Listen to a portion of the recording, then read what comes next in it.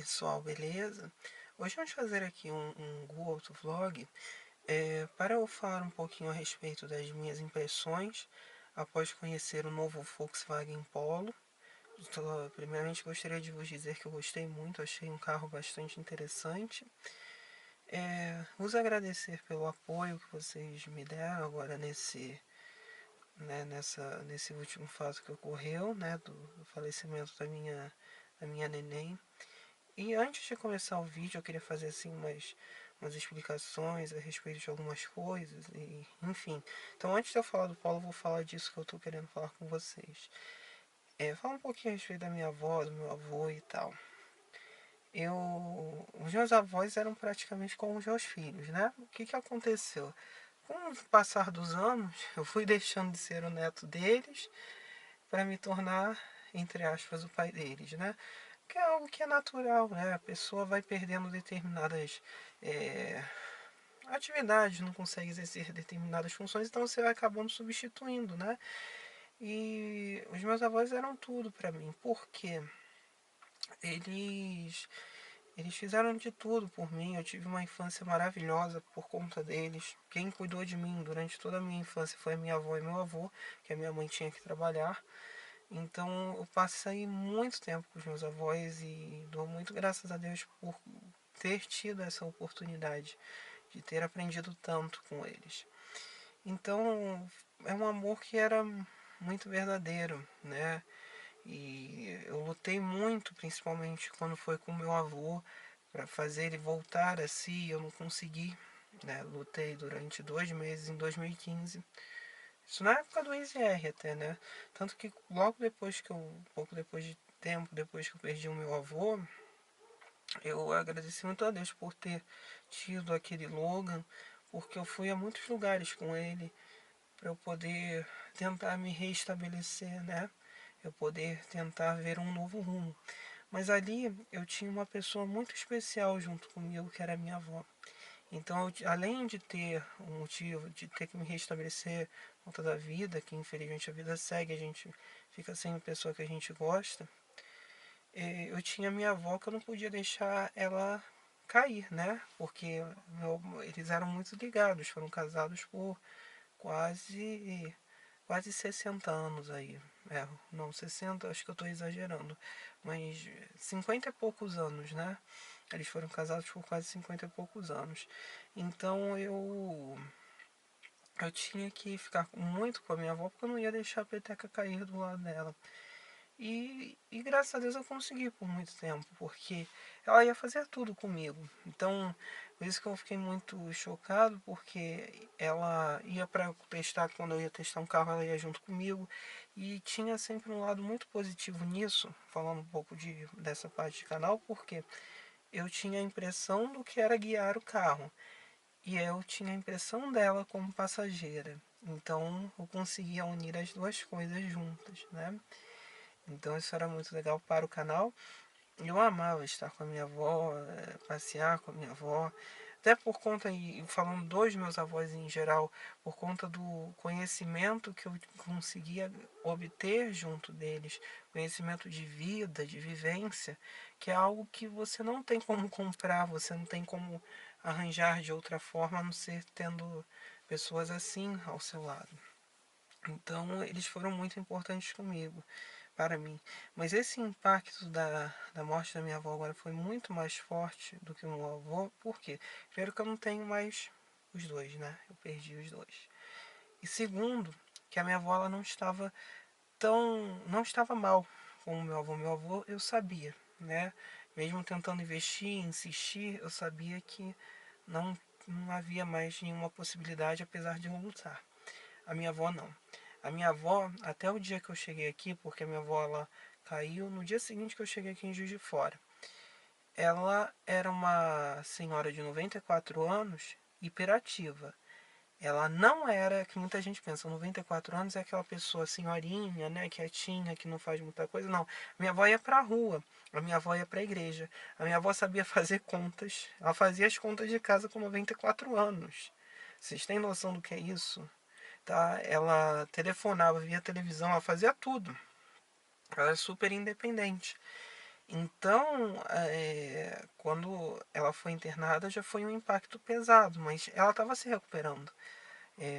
Na semana anterior ao falecimento dela, ela estava mantendo uma linearidade de recuperação, voltando a mexer as pernas, a mexendo muito os olhos, a cabeça, voltando a si. Os médicos bons, né, falaram que ela estava tendo uma recuperação e que ela já estava podendo deixar de usar o aparelho respirador. Só que o que aconteceu? A minha avó já estava há pouco mais de 2 meses no CTI. E aqui não, no país inteiro, né? Vamos dizer, vamos ser sinceros. Eles impõem um limite de tempo para que a pessoa fique dentro desse CTI. Então, ela estava incomodando, atrapalhando, tirando vaga, né? E por acaso naquele sábado, foi o último sábado que eu vi ela bem, foi um carro da Secretaria de Saúde do Estado. Eu achei aquilo muito estranho, eu fiquei observando aquilo. Depois dessa visita, à noite, foi um bosta de um médico que tinha ido, acho que no Rock in Rio, em alguma porcaria assim, porque ele trabalha aqui, trabalha no Rio, um monte de lugar, né? 29 anos o garoto já tem isso tudo, né? Como será? Bom, nada como ter um sobrenome de peso. Chegou com o olho vermelho, com a pupila dilatada, então queria vir falar para mim o que que é. Eu sei muito bem como ele estava e como ele não estava naquele plantão. E com certeza eu tô vendo, fazendo a análise de tudo, vendo os papéis, até porque eu vou receber todos os prontuários, porque eu quero eles na minha mão. É, ele acabou fazendo um uso de morfina na minha avó. A minha avó não precisava de morfina, porque ela não estava com nenhum indicativo de dor. E ela já tinha um remédio para dor que era o midazolam, né? Jogou morfina nela. Só que morfina você tem que começar a aplicar tipo de 24 em 24, depois 12 em 12, vai diminuindo assim. Ele tacou de 4 em 4 horas. No dia seguinte, quando eu fui ver a minha avó de manhã, ela já estava toda mal, porque a morfina para o corpo inteiro, né? A pressão muito baixa.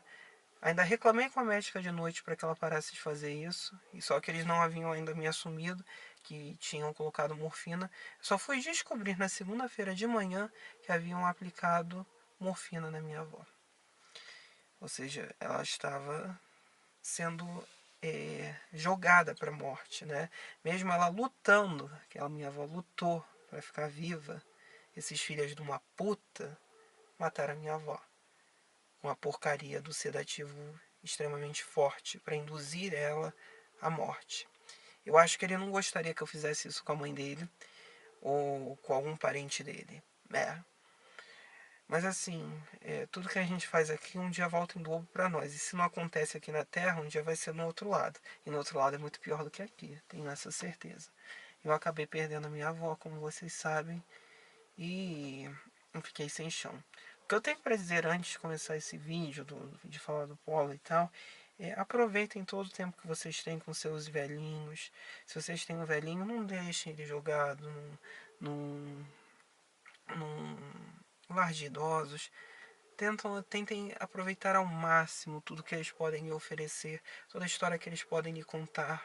Porque um dia eles te deram todo o amor que eles puderam te dar, como foi o caso dos meus avós. E o mínimo que nós temos que fazer é retribuir pelo menos um pouquinho desse amor. Foi o que eu tentei sempre fazer, retribuir tudo aquilo que eu ganhei deles. Que eu acho que muito mais do que bens materiais, essas coisas assim, porque isso tudo é passageiro. A gente não leva carro, a gente não leva casa, não leva nada quando a gente morre. É, o amor é algo que é intangível, a gente não tem como comprar, né? Então, não dá para explicar, sabe? Aproveitem enquanto vocês têm, esse automático é uma maravilha. Aproveitem enquanto vocês têm seus velhinhos, tudo que eles possam fazer por você. Que para mim foi maravilhoso e eu gostaria de poder ter minha avó de volta, porque ela era tudo para mim, né? Em histórias, coisas engraçadas, por exemplo, logo depois que meu avô faleceu, eu comecei a andar muito com ela. Ela nunca tinha ido em McDonald's, né? Ela passou a ser a louca do McDonald's. Queria sempre ir comer hambúrguer, né? Adorava comer hambúrguer, pizza, essas coisas, essas besteiras. Ela passou a adorar essas coisas, né? E o principal, eu sinto muita falta de abraçar ela, de beijar ela. Era com quem eu podia me abrir, porque eu não tenho uma família grande, né? Eu não tenho primo, eu não tenho irmão, eu não tenho tia, tio, né? Então, assim... E eles lutaram muito, os meus avós, né? Então, eles têm uma história muito forte aqui, né? E com Vila Isabel, por acaso, que foi da onde eu acabei de vir, né? Da onde eu morava, porque quando eles chegaram aqui no Brasil, aliás, quando eles chegaram, não, quando a minha avó chegou ao Brasil, em 54, ela foi morar em Vila Isabel, que era um apartamento de uma amiga dela, né? E depois de um tempo, ela conheceu com meu avô, né? Se casou em 59 com meu avô e se casaram onde? Em Vila Isabel, em 59. Começaram, minha avó era enfermeira, meu avô era carpinteiro. Aí foram trabalhando, aí conseguiram começar um comércio. Eles moravam juntos numa pensão que era de uma das irmãs da minha avó, porque todas as irmãs se foram já, né? Agora minha avó, né? Aí, ou seja, acabou aquela geração da família da minha avó. Aí foram trabalhando, aí compraram a primeira casa em Vila Isabel. Aí meu avô também nesse mesmo tempo ele comprou o primeiro carro dele, que foi um Cinca Tufão Emissu, 0 km o carro. Aí minha avó brigava muito com ele porque o carro não cabia dentro da garagem, porque a bunda do carro ficava para fora da garagem, que era a casa da Visconde de Santa Isabel. Depois de um tempo meu avô comprou um Fusca, porque aí o Fusca cabia dentro da garagem.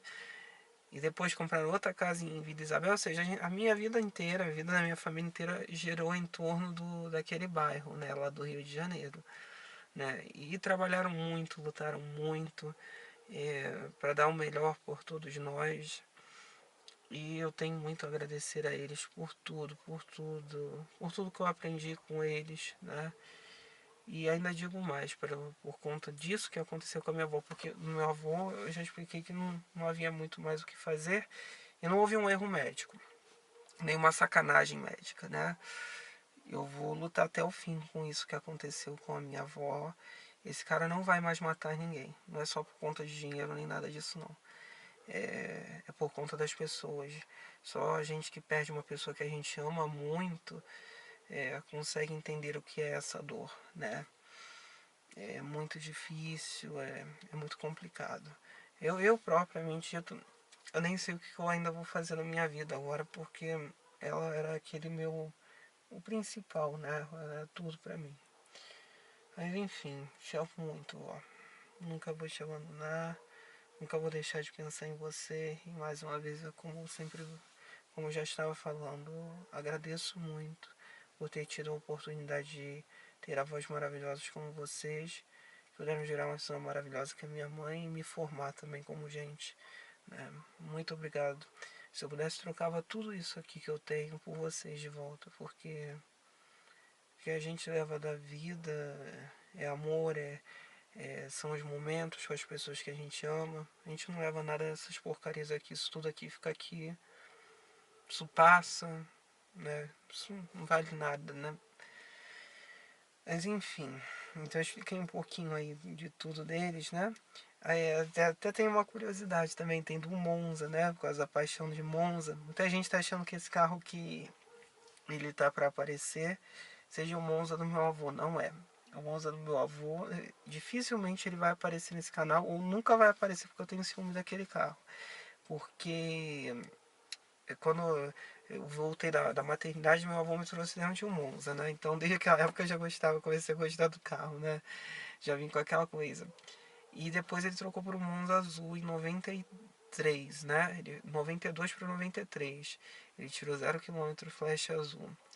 E ficou com aquele carro e depois acabou sendo o meu primeiro carro, que eu nunca usei ele no dia a dia porque eu tinha, né, um cuidado danado com aquele carro. Eu já cuidava do carro desde os 15 anos, né?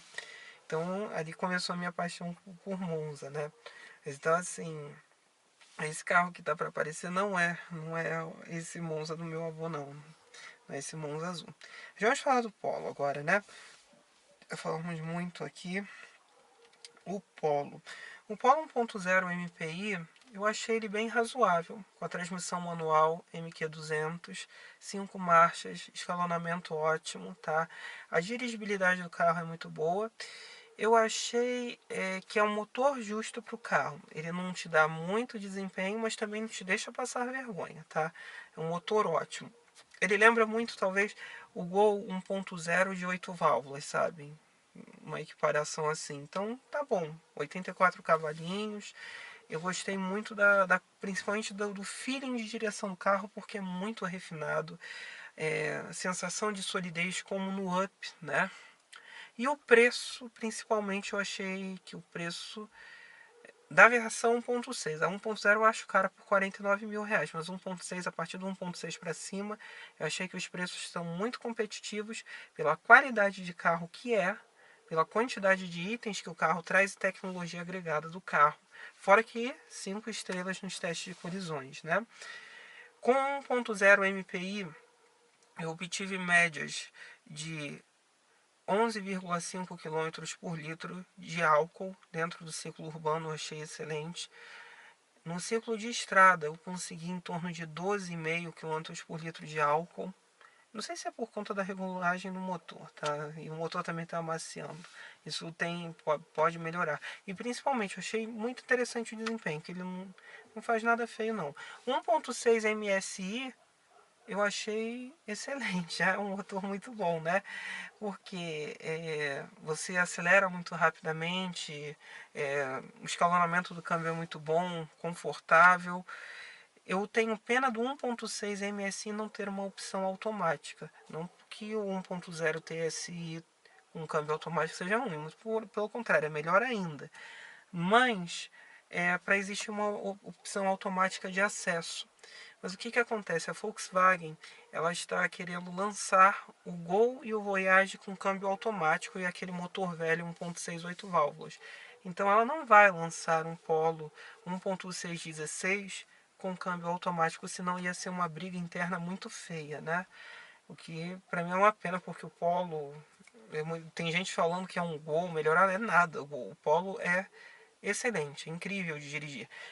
Ele é como se fosse um Golf menor, com um pouquinho menos de dinâmica, né? Por conta da falta da suspensão independente da traseira, apesar da maioria dos Golfs aqui no Brasil hoje serem eixo de torção, né?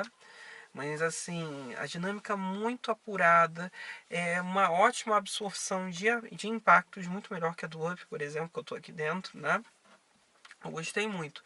1.6 MSI eu consegui fazer com gasolina médias de 10,5 km por litro no ciclo urbano e de 16,2 km por litro a 110 km por hora com ar-condicionado ligado na estrada. E aí nós vamos para a cereja do bolo, que foi um 1.0 TSI Highline. Eu achei espetacular aquele painel de TFT. Não tem nada igual na categoria. Se as pessoas deixarem de comprar esse carro, pô, eu não tenho nem o que falar. Gostei da central multimídia, a formatação do painel muito legal. Ela, assim, o conceito das duas cores me lembrou um pouco o Up, só nas duas cores, porque assim o desenho do painel é totalmente diferente, né? Muito mais retangular. Apesar do Up ser bem plano, né? Bem flat. Mas eu gostei muito da central multimídia, que ela é meio virada assim pro motorista, né? E principalmente aquele painel de TFT, pô, num carro que ele é um pouco superior a um carro de entrada, é incrível aquilo. O câmbio automático de 6 marchas é um iZin, um Tiptronic, trocas perfeitas, suaves, sem tranco e rápidas. Motor 1.0 TSI, nem tenho o que falar, né? Eu gosto muito dele. E agora com 128 cavalos, acelerações excelentes, muito torque para poder retomar e muita economia de combustível. Eu consegui obter médias de 13 km por litro de gasolina no ciclo urbano e na estrada eu cheguei a 19,2 km por litro de gasolina a 110 km por hora com ar-condicionado ligado. Então é excelente. Eu acho que dentro da categoria não existe nada igual ao Polo. Nada igual, porque o Argo eu acredito ser muito inferior. Primeiro que ele ainda não comprovou a qualidade de construção dele numa porrada forte, né? Segundo, que uma das coisas que eu achei muito feias no Argo foram aquelas borrachas de vedação das janelas para fora, ao invés deles terem utilizado vidros como é o desse carro, como é o do Accord, que é vidros rentes à carroceria, né? Muito mais bonito, aerodinâmico, muito melhor, tá? Muito melhor esteticamente. E também achei que fez assim.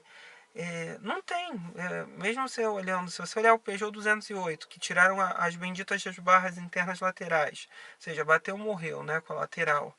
Apesar de ser um painel lindo, né, que o painel dele é lindo, o desenho do Peugeot 208 é muito bonito, isso não tem como negar. E agora com 6 marchas ficou decente, não é incrível, mas ficou bom, né? Aquele teto, principalmente, uma das falhas do Polo, não me trouxeram o teto solar, pô. Isso era fundamental no carro para ficar legal de verdade, né? O Argo também fez a mesma entre aspas, idiotice, que fica muito melhor com o teto solar, vai. Controle de tração e estabilidade, EDS, né? Eu achei isso muito legal dele ter também no conjunto da versão TSI, né? Com motor 1.0 TSI Highline, as rodas muito bonitas, mas principalmente o painel. O painel eu achei espetacular. E é aquilo que eu vos disse, se o Polo, talvez se esse Polo com 1.0 TSI já existisse na época que eu estava para comprar o Accord, com certeza eu teria comprado ele. Não teria comprado o Accord não, porque é exatamente o que eu preciso. Um desempenho excelente para um 1.0 turbo, um comportamento dinâmico ótimo, espaço interno bom e muitos itens interessantes, principalmente a parte do painel. Eu estou muito curioso pelo Virtus, né, que será o sedã desse novo Polo. Né? Eu espero que ele consiga manter todo esse padrão, porque aí vai ser espetacular. Não acredito muito em sucesso, porque primeiro que as pessoas acham que é um Gol gigante, né? Isso é fato, né? Por conta do Family Face, apesar que o Polo tem um desenho um pouco mais diferente, é uma atualização, né, desse desenho. E segundo que não é um SUV, né? Não está na moda, né? A moda hoje é dirigir altinho e o Polo não é um carro desses. É um carro de uma dinâmica espetacular, tá? Que vale a pena. Se você tem dúvidas de dirigir um carro gostoso, o Polo é dos melhores do segmento e melhor inclusive que o Argo, tá? Com muito chão na hora de se dirigir o carro, muito gostoso. Eu gostei muito do Polo e eu estou curioso pelo Virtus, né? Como vos disse. E falando assim um pouquinho de mercado, talvez ele consiga ganhar o mercado desses hatch premium, né? Se as pessoas não tiverem muito preconceito quanto ao desenho dele. É, o Kwid está sendo incrível, né, esse mês, né?